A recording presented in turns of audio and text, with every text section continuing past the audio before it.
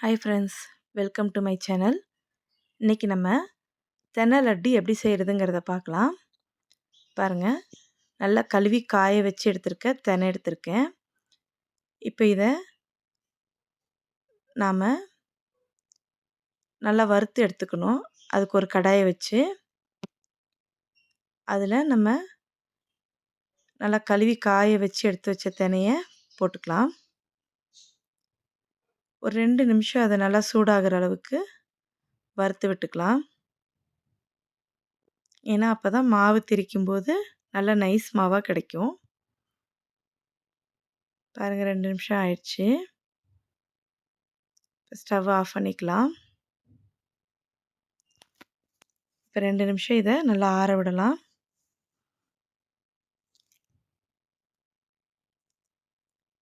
நல்லா ஆறி வந்திருக்கு.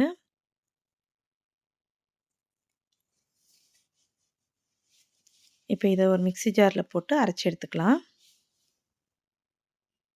பாருங்கள், நல்லா பொடியாக திரித்து எடுத்துக்கிட்டேன். நல்ல மாவு வந்திருக்கு.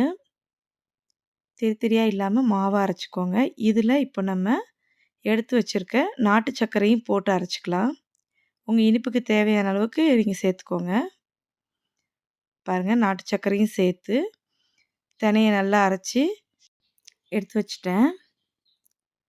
இப்போ இதை நான் நெய்யை உருக்கி வச்சுருக்கேன். இந்த நெய்யை இதில் ஊற்றி நல்லா பிசைஞ்சிக்கலாம். இப்போ நெய்யை கொஞ்சம் கொஞ்சமாக ஊற்றி ஆட் பண்ணிக்கோங்க.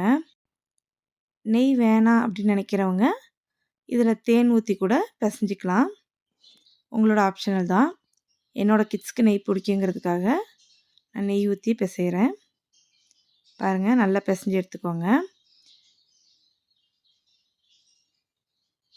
கட்டி இல்லாமல் பிசைஞ்சிக்கோங்க. இப்போ இதை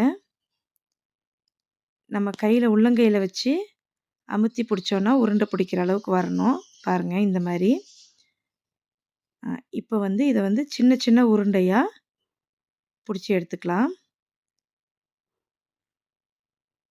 வாங்க, பாருங்கள், இதை குட்டி குட்டி உருண்டையாக எடுத்து ரெடி பண்ணி வச்சுருக்கேன். இப்போ இதை குழந்தைங்களுக்கு டக் பாக்ஸாகவும் கொடுத்து விடலாம். ஹெல்த்தியான ஸ்நாக்ஸ். தேங்க்யூ.